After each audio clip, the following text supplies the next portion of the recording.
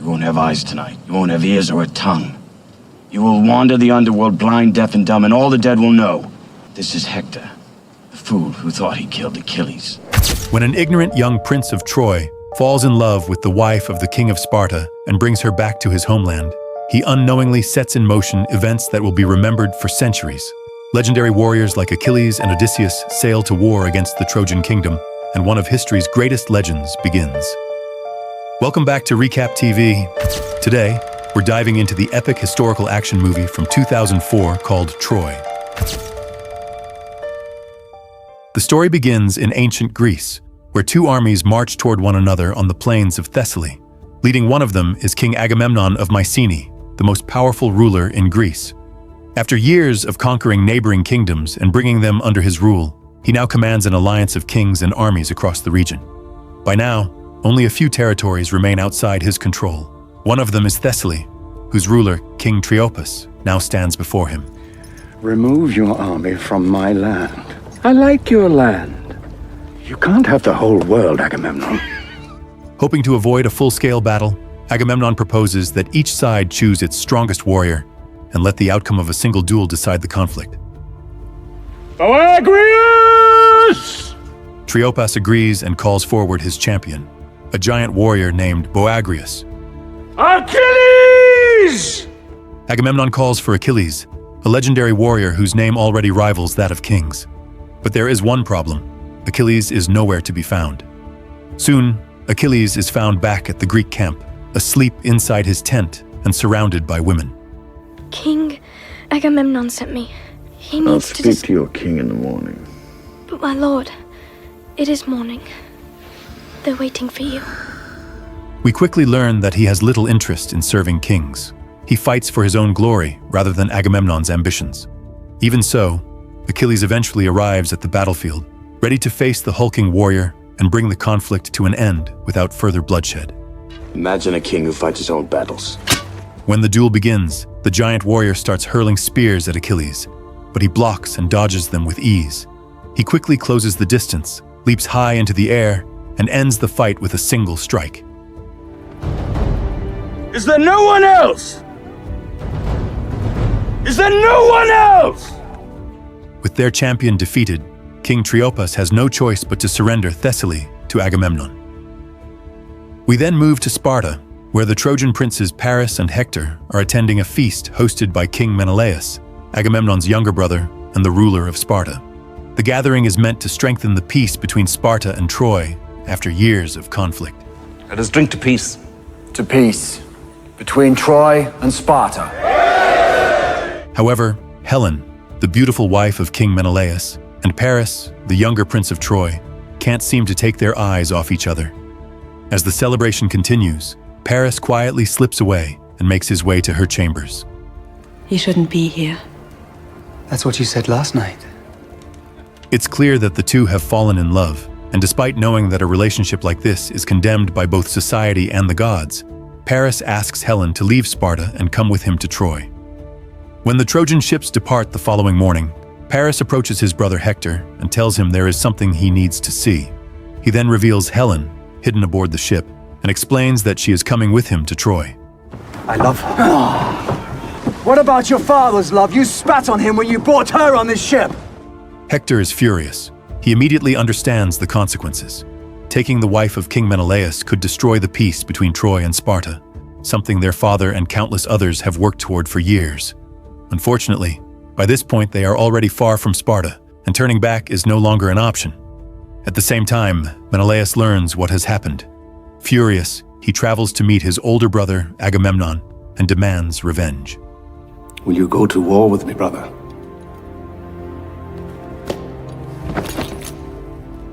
Agamemnon is quick to agree to war, but not for his brother's sake. He has wanted to conquer Troy for quite some time, and Helen's disappearance simply gives him the excuse to do so. Wanting Achilles on his side once more, Agamemnon sends Odysseus, the king of Ithaca and a longtime friend of Achilles, to recruit him.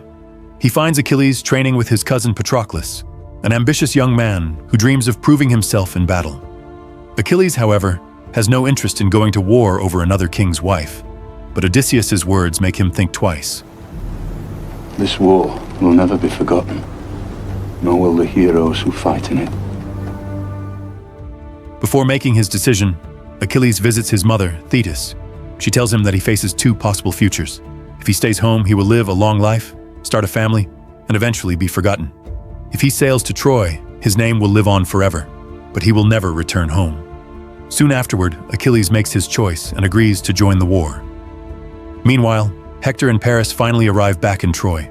Their father, King Priam, welcomes them home, and Paris introduces Helen to the royal family. Helen of Sparta? Helen of Troy.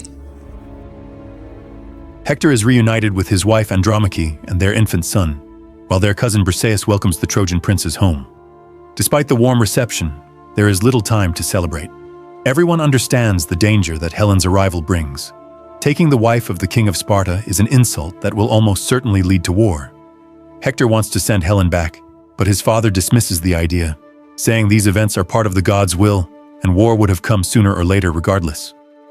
Elsewhere, Helen feels guilty about what her arrival may have set in motion, but Paris reassures her that they made the right choice and promises to protect her if war follows. The next morning, the horns of Troy's guards echo throughout the city. On the horizon, hundreds of Greek ships come into view, each carrying soldiers bound for war. One ship, however, stands out from the rest.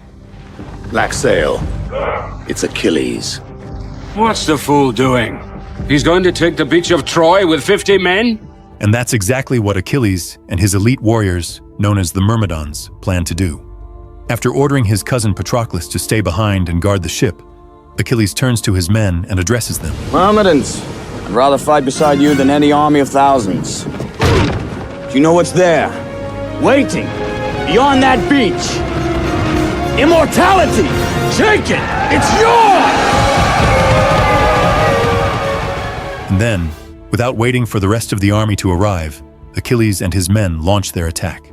Trojan soldiers rush to defend the shoreline and rain arrows down upon them. But using their shields as cover, the Myrmidons push forward toward the temple of Apollo, cutting down every enemy in their path. Meanwhile, Hector rallies his soldiers and leads a counterattack against the invaders. Soon, they reach the temple, where the Myrmidons ambush them, leaving only Hector standing face to face with Achilles. The two briefly speak about the war and the reasons behind it. Hector stands his ground, fully prepared to fight. But Achilles doesn't attack. Instead, he tells Hector that their battle deserves a larger audience and allows him to leave. Hector withdraws with the surviving Trojans, while Achilles and his men secure the beach before most of the Greek fleet has even reached the shore. Later, it's revealed that the priestess Briseis was captured during the attack on the temple and brought to Achilles' tent. As the two speak, Achilles quickly realizes that she is royalty and therefore a very valuable prisoner. Then, King Agamemnon summons Achilles to his tent, where it quickly becomes clear how little respect they have for one another.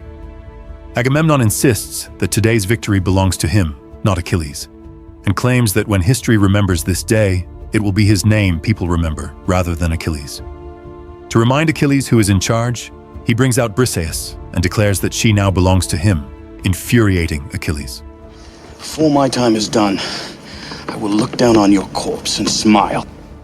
Back inside Troy, King Priam gathers his advisors to discuss how they should deal with the Greek invasion. Feeling responsible for everything that has happened, Paris offers a solution. He proposes a duel with Menelaus. If he wins, the conflict ends.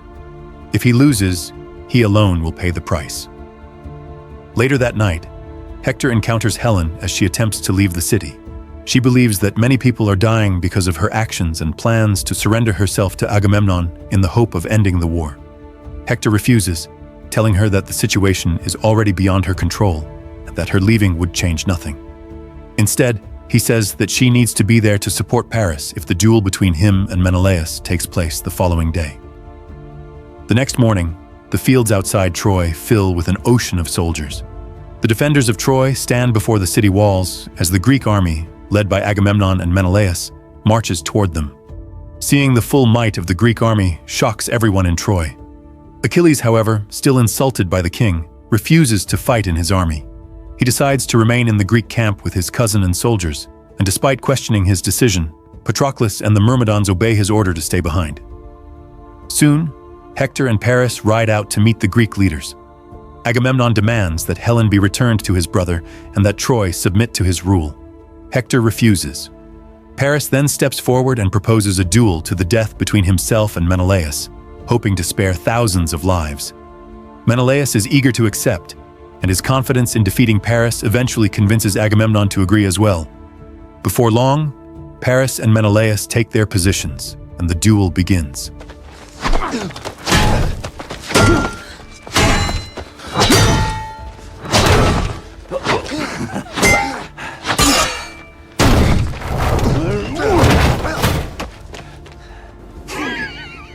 It quickly becomes clear that Menelaus' experience and confidence are too much for Paris to handle, and it doesn't take long before he is wounded and disarmed.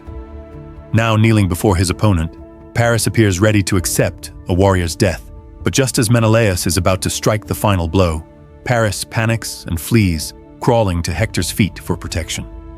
Menelaus mocks him and steps forward to finish the job, but Hector intervenes and drives his sword through the Spartan king. As Agamemnon watches his brother fall dead to the ground, he immediately orders the Greek army to attack. Hector rushes Paris back to safety before ordering his men to defend Troy to the last man. The two armies collide in a brutal spectacle as volleys of arrows darken the sky and the air fills with the sounds of clashing steel and dying men. Hector commands the Trojan forces fiercely, only to be matched by King Odysseus, who now leads the Greek assault. Among the Greek warriors, one man stands out above the rest. A massive warrior named Ajax cuts through Trojan soldiers one after another, leaving a trail of bodies in his wake. Hector sees him and attacks.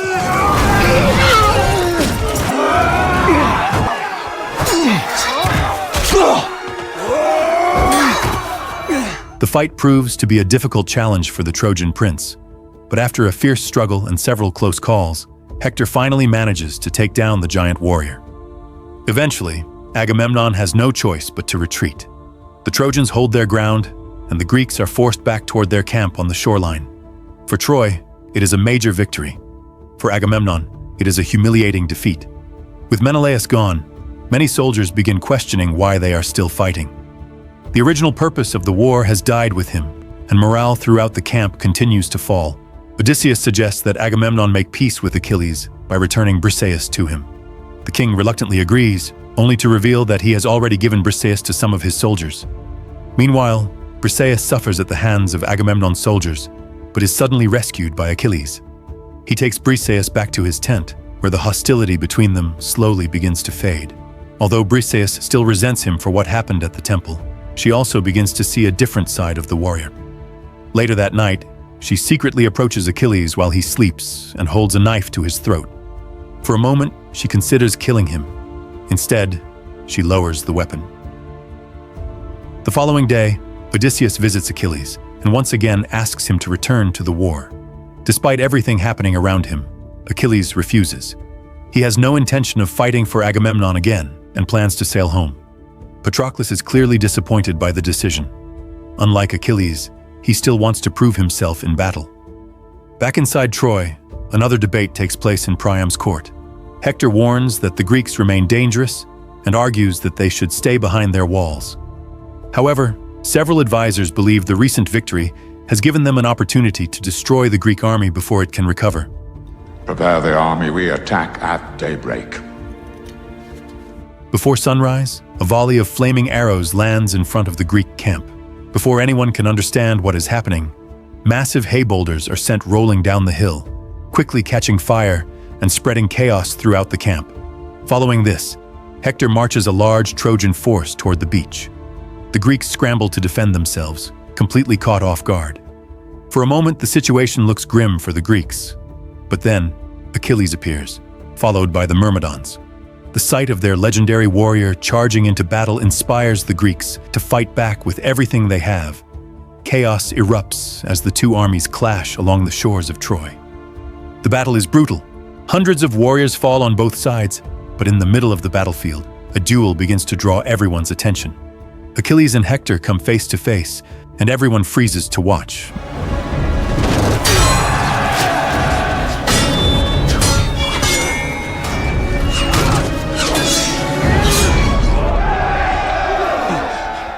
The fight is shockingly brief as Hector quickly cuts his opponent's throat. But something feels wrong. Hector removes his opponent's helmet, and it's revealed that it's not Achilles, but his cousin Patroclus wearing his armor. Realizing what has happened, Hector and Odysseus agree to end the fighting for the day, and both armies withdraw. It was his cousin. Soon afterward, Achilles learns the devastating news, and everyone knows that the war is far from over now.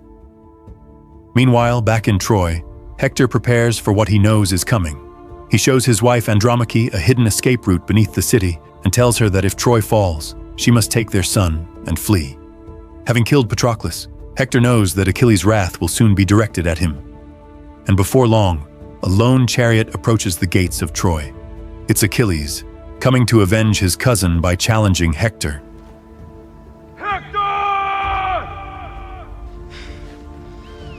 Hector!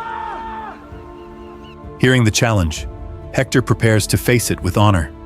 After saying goodbye to his wife and family, he walks out through the city gates. The two greatest warriors of the war finally stand face to face as the royal family watches from the walls above. I thought it was you I was fighting yesterday. And I wish it had been you. You won't have eyes tonight. You won't have ears or a tongue. You will wander the underworld blind, deaf, and dumb, and all the dead will know. This is Hector, the fool who thought he killed Achilles. The duel begins. Both men fight with incredible speed and skill, trading blows and blocking attacks, appearing almost equal for a moment.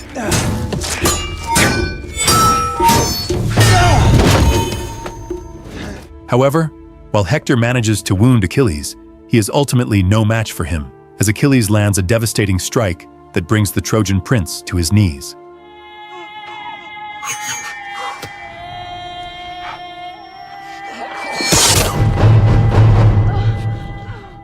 Hector, the pride of Troy, falls dead to the ground. But Achilles' anger has not faded. He ties Hector's body to his chariot and drags it away while the people of Troy watch heartbroken and helpless from the walls above. That night, an unexpected visitor sneaks into the Greek camp. It's King Priam, who has come to beg Achilles to return Hector's body so Troy can give him a proper farewell. Achilles, now calmer and moved by Priam's love for his son, agrees to return Hector's body. He also promises Troy 12 days of peace from the Greek army, so Hector can be laid to rest with honor. Before Priam leaves, Achilles tells him that Hector was the greatest warrior he had ever faced. As for Briseis, Achilles sets her free, allowing her to return to Troy with Priam. When Agamemnon learns that Achilles has made a deal with the enemy king, he is furious and wants to attack immediately. However, everyone understands that Troy's walls are nearly impossible to breach, and another direct assault would accomplish nothing. While watching someone carve a small wooden horse, Odysseus comes up with an idea that will be remembered for centuries. Before we move on to the final chapter, if you've enjoyed the video so far, don't forget to hit that like button and subscribe for more recaps like this. Now, let's see how this all plays out. 12 days pass, and something unexpected happens. The Greek fleet, along with the army, has vanished. The only thing left on the beach is a giant wooden horse, which King Priam believes is a gift of peace left behind for Troy. Paris argues that they should burn it, but Priam ignores his warning and orders the horse to be brought inside the city. Far away, a Trojan scout reaches another shoreline, where he makes a shocking discovery. The Greek fleet. Before he can return to warn Troy, he is killed. Back inside the city, celebrations fill the streets as the Trojans believe they have survived the war. But as the celebrations gradually come to an end and the streets fall quiet, the truth about the horse is finally revealed. Panels begin to open, and Greek soldiers emerge from inside. Among them are Odysseus and Achilles. They quietly move through the dark streets, silently taking down guards one by one as they make their way toward the city gates. Achilles eventually separates from the group, determined to find Briseis before the attack begins.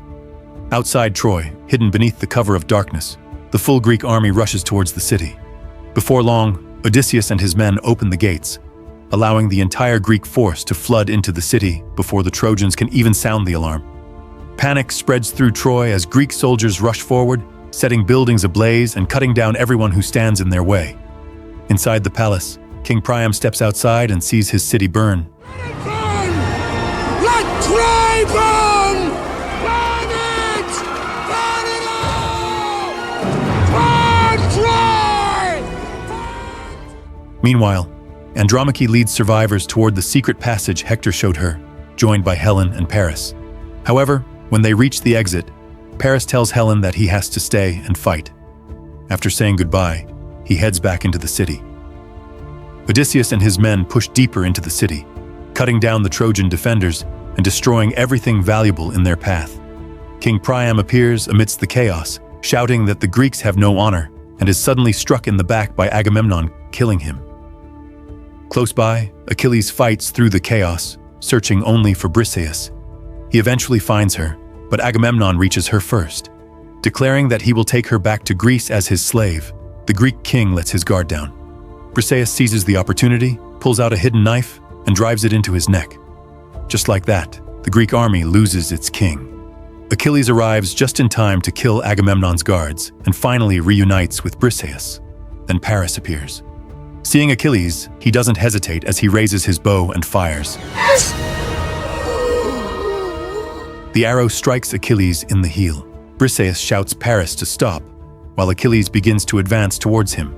Paris releases another arrow, striking Achilles in the chest, then another, and another. Eventually, Achilles collapses. In his final moments, he shares one last emotional farewell with Briseis. It's all right. You gave me peace in a lifetime of war. Eventually, Briseis and Paris flee the scene just as Greek soldiers rush in to discover their fallen leader. As morning breaks over the smoking ruins of Troy, Achilles' body is placed upon a funeral pyre, and Odysseus reflects on the men who shaped this war. If they ever tell my story, let them say I walked with giants. Men rise and fall like the winter wheat, but these names will never die. Let them say I lived in the time of Hector.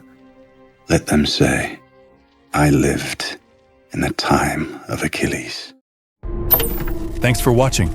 I'd love to hear your thoughts in the comments. And if you enjoyed the video, make sure to like and subscribe. Catch you in the next one.